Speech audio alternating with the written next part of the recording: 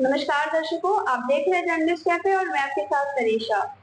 शास्त्रीय हिंदू संगीत के महानतम गायकों में से एक हुस्न पेशे से एक सवायक थी।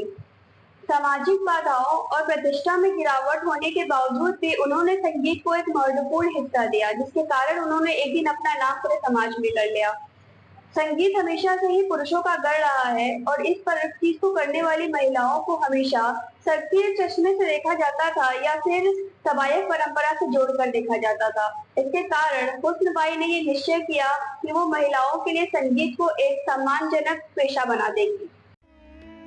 पौराणिक समय में महिलाओं के लिए सार्वजनिक रूप से गाना वर्जित था और जब संगीत को महिलाओं द्वारा गाने की बात आती थी तो उन चीजों को एक सवायक परंपरा से जोड़कर देखा जाता था और वह एक कलंक माना जाता था। हुस्नबाई के शास्त्रीय संगीत को भी एक संकीर्ण चश्मे से देखा जाता था क्योंकि वह तवायफ परंपरा से आती थी, इसलिए उन्हें कोई सम्मान भी नहीं देता था। उनके ऊपर कई सारी सामाजिक बाधाएं आई, लेकिन उन्होंने गायन नहीं रोका क्योंकि उन्होंने संगीत को पहला और सबसे महत्वपूर्ण स्थान दिया। इससे उन्हें आने वाले समय में अपना नाम बनाने में भी मदद मिली।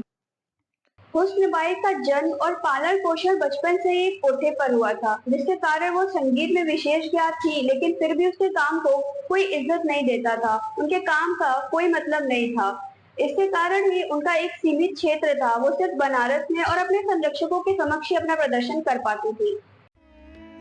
हुस्नबाई का जन्म और पालन पोषण कोठे में हुआ और वर्षों तक उन्हें ठाकुर प्रसाद मिश्र और प्रसिद्ध संगीत वादक पंडित शंभुनाथ मिश्रा ने प्रशिक्षित किया।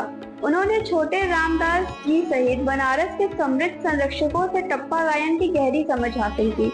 उन्होंने गायन और नृत्य में अपने प्रारंभिक प्रशिक्षण कोठे में कार्यरत संगीतकारों से प्राप्त किया, लेकिन इस क्षेत्र में उनकी स्वाभाविक रुचि के कारण उन्हें शहर से उस्तादों के संरक्षण में रहना पड़ा और परिणाम शानदार रहा। गायन पर उनकी पूर्ण पकड़ के कारण उन्हें उस्ताद के रूप में स्थापित किया गया और सरकार की सम्मानित उपाधि अर्जित की गई, जो सबसे कुशल कलाकारों के लिए आरक्षित शब्द है। बनारस के महान साहित्यकार भारतेंदु हरिश्चंद्र से समकालीन थे। हुस्नबाई अक्सर उनसे पत्र व्यवहार करती थी और काव्यात्मक अभिव्यक्ति पर उनकी सलाह लेती थी। यह उनके आग्रह पर ही था कि उन्होंने गीत गोविंद की रचना की और कई गीतों को लोकप्रिय बनाया। दुर्भाग्य से ऐसा कोई रिकॉर्ड नहीं है जिसमें हुस्नबाई के नाम का उल्लेख हो।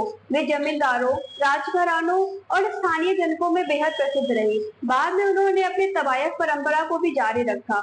हुस्नबाई हमेशा से अपनी अदब, तहजीब और अपनी नजाकत के लिए जानी गई।